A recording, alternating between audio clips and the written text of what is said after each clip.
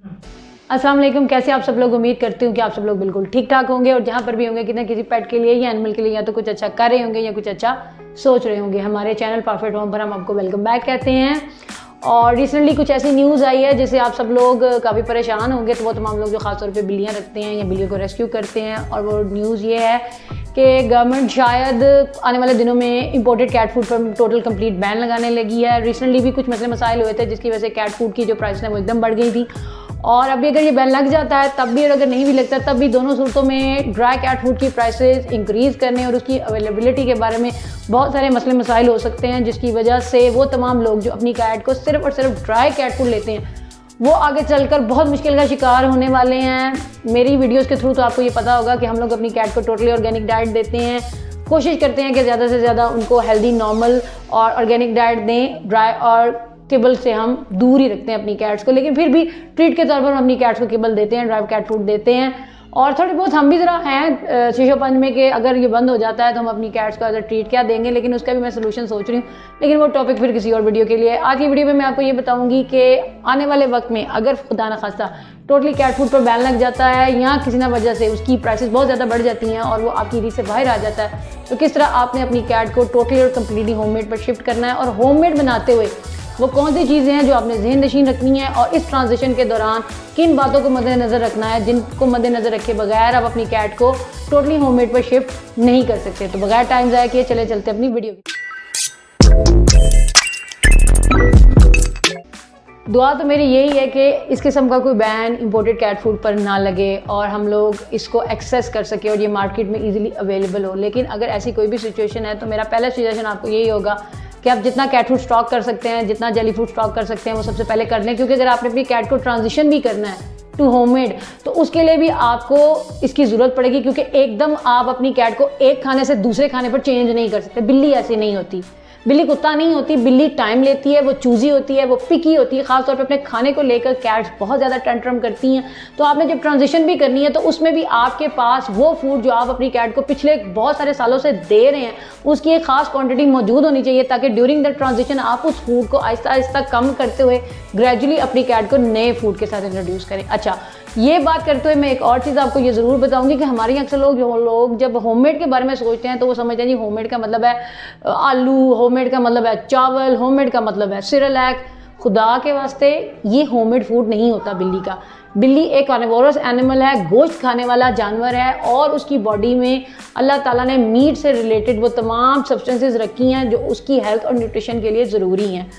जो लोग उन्हें आलू देते हैं या चावल देते हैं या सिरेलैक लेते हैं वो प्लीज़ उसकी पहले न्यूट्रिशन वैल्यू देख लें कि वो एक्चुअली कैट को कितना फ़ायदा पहुंचाती है। कैट को जो चीज़ बॉडी रिक्वायरमेंट के अकॉर्डिंग चाहिए होती है वो होता है मीट, चाहे वो रेड मीट हो चाहे वो वाइट मीट हो।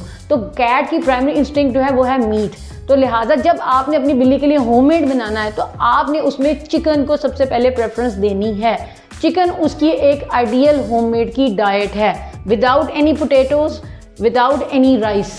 बिल्ली जो है वो खा तो लेती है आलू कभी कभार, वो खा तो लेती है चावल कभी कभार, लेकिन उसकी जो बॉडी की न्यूट्रिशन की वैल्यू है वो तभी पूरी होती है जब आप उसको मीट देते हैं। जब भी आपने होममेड बनाना है तो आपने ये कोशिश करनी है कि उसमें सिर्फ एक ही चीज़ हो और उस चीज़ का नाम है चिकन। चिकन और सिर्फ चिकन। कैट का होममेड फूड कैसे बनाया जाता है और उसके आइडियल इंग्रेडिएंट्स क्या हैं, इसके ऊपर मेरी वीडियोस मेरे चैनल पर मौजूद हैं, लिंक मैं डिस्क्रिप्शन में डाल दूंगी, आप लोग ज़रूर जाकर उसे चेक करें। इस वीडियो में मैं आपको होममेड बनाना नहीं सिखा रही, मैं आपको वो पॉइंट्स बता रही हूँ जिनको जहन में रखकर आपने अपनी कैट का खाना बनाना है ताकि वो ईजिली ड्राई से होममेड पर शिफ्ट हो जाए। होममेड जो लोग दूसरी बड़ी गलती करते हैं वो ये करते हैं कि आप उसको बल्क में बना के फ्रीज़ कर देते हैं, फिर उसको फ्रीज़र में से निकाल के रीहीट कर करके बिल्ली को देते हैं। इससे एक तो फूड की जो फ्रेशनेस है वो उस पर फ़र्क पड़ता है, दूसरे उसके टेक्सचर पे फ़र्क पड़ता है। ये जो जेली वगैरह होते हैं, जो वेट फूड्स होते हैं ना, इनमें प्रिजर्वेटिव्स होते हैं। इनको आप अगर फ्रिज में भी रखते हैं या एक खास अरसे तक भी रखते हैं तो इनको फ़र्क इसलिए नहीं पड़ता इनके टेस्ट में या इनके टेक्सचर में, क्योंकि इनमें प्रिजर्वेटिव्स मौजूद होते हैं। होममेड में ऐसे कोई प्रिजर्वेटिव्स नहीं होते। तो पहली तो सबसे बड़ी बात यह है कि आपने जब होममेड बनाना है तो आपने बल्क में नहीं बनाना, 2 से 3 दिन का बनाएं, उसको फ्रीज़ करें और उसको साथ ही साथ यूज़ करते जाएं और फ्रेश वेजिटेबल्स बनाएं ताकि आपकी बिल्ली जो है उसको ईजिली खा ले। अब आते हैं कि आपने अपनी कैट को स्विच कैसे करना है। स्विच ऐसे करना है कि जो कैट फूड, जो किबल या जो जेली फूड आपकी कैट इस्तेमाल कर रही है, आपने उसके 9 पोर्शंस लेने हैं। और चिकन जो है आपने उस खाने में एक पोर्शन के हिसाब से ऐड करना है। यानी अगर आप अपनी कैट को 45 ग्राम चिकन यानी एक मील दे रहे हैं तो उसमें तकरीबन 40 ग्राम जो होगा वो उसका ड्राई कैट फूड होगा, उसका जेली होगा, और 5 से 10 ग्राम जो है वो आपने उसमें चिकन ऐड करना है। और चिकन कैसे ऐड करना है? चिकन को आपने बिल्कुल उसके अंदर घोल देना है कि बिल्ली को पता ही ना लगे। चिकन ऊपर नहीं होना चाहिए, बल्कि चिकन जो है वो ड्राई कैट फूड के नीचे होना चाहिए या जेली फूड के नीचे होना चाहिए, या आप ड्राई कैट फूड का पाउडर बना के उसको ग्राइंड करके चिकन को बिल्कुल उसमें क्या कहना चाहिए, उसको रैप कर दें, उसमें बिल्कुल उसको इनगल्फ कर दें, उसके ऊपर बिल्कुल उसको लगा दें, जैसे हम बेसन वाले पकौड़े नहीं बनाते उस तरह से उसको उसमें डिप करके लगा के उसको प्रेजेंट करें। उसको खुशबू आएगी पुराने खाने की, लेकिन उसके अंदर नया खाना मौजूद होगा और इस तरह वो आहिस्ता आहिस्ता नए खाने से इंट्रोड्यूस होगी। 5 से 7 दिन इस टेक्निक को जारी रखें। उसके बाद क्वांटिटी जो है अपने पुराने कैट फूड की या वेट फूड की या जेली फूड की कम करते जाएं, और जो चिकन आप उसको देना चाह रहे हैं उसकी क्वांटिटी आहिस्ता आहिस्ता बढ़ाते जाएं। तकरीबन 15 से 25 दिन के अंदर अंदर अगर आप इस टेक्निक को यूज़ करेंगे तो आपकी कैट जो है वो टोटली जो है ड्राई या जेली से चिकन पर शिफ्ट कर जाएगी। लेकिन मैं बार बार आपसे ये कह रही हूँ कि जो चिकन आप उसको दें वो फ्रेश होना चाहिए। बिल्ली जो है वो बासी खाना पसंद नहीं करती, बिल्ली खाने के बारे में बहुत चूज़ी और पिकी होती है। और एक और चीज़ आपने ये भी नहीं करना कि आप हाफ एंड हाफ क्वांटिटी करें कि आधा पुराना और आधा नया, नहीं। बिल्ली इससे भी जो है उससे डिटर हो जाएगी, उससे पीछे हट जाएगी, उसको एक्सेप्ट नहीं करेगी। जो रेशो मैंने आपको बताई है उसी रेशो के साथ चलें और उसी को इम्प्लीमेंट करें ताकि आपकी कैट के लिए ट्रांजिशन करना आसान हो जाए। अच्छा, यहाँ पर कुछ लोग कहते हैं जी हम रोज़ होममेड नहीं बना सकते। भाई रोज़ होममेड बनाने में क्या मसला है? रोज़ चाय भी तो बनाते हैं ना, दिन में 2 से 3 दफ़ा चाय बनाते हैं, पतीला रखते हैं, पानी डालते हैं, दूध डालते हैं, पत्ती डालते हैं, कप निकालते हैं, कप गंदे होते हैं, ट्रे गंदी होती है, फिर आपने बिस्किट भी खाने होते हैं, उसकी प्लेटें भी उसमें साथ लगती हैं। तो दिन में आप 2-3 दफ़ा चाय बना सकते हैं, लेकिन अपनी बिल्ली के लिए आप दिन में 1 दफ़ा गोश्त प्रेशर में डाल के उसको बॉयल नहीं कर सकते। ये किस किस्म की फ़िलासफ़ी है? ये बहुत ही मुश्किल काम नहीं है, प्लीज़ इसको मुश्किल ना समझें। अगर आप अपने पेट से वाकई मोहब्बत करते हैं और उससे वाकई प्यार करते हैं तो आप इस रूटीन को अपने ऊपर अगर बर्डन नहीं लेंगे, इसको अपने लिए कोई मुसीबत या मुश्किल नहीं समझेंगे, तो ये कोई इतनी मुश्किल रूटीन नहीं। अगर आपके पास 2 से 3 बिल्ली हैं तो आप थोड़ा सा गोश्त जो है उसको early in the morning boil कर लें प्रेशर में। आपने कुछ भी नहीं करना, तो आपने उसको प्रेशर लगाना, उसमें रख देना है, बस उसकी यखनी भी बन जाएगी, वो गोश्त भी टेंडर हो जाएगा। उसके बाद निकाल के उसको सुबह के वक्त दे दें, बाकी का फ्रीज़ कर दें, जब दोबारा देना उसको प्री हीट कर लें या उसको फ्रिज में रखें, बाहर निकाल के उसको रूम टेम्परेचर पे कर लें।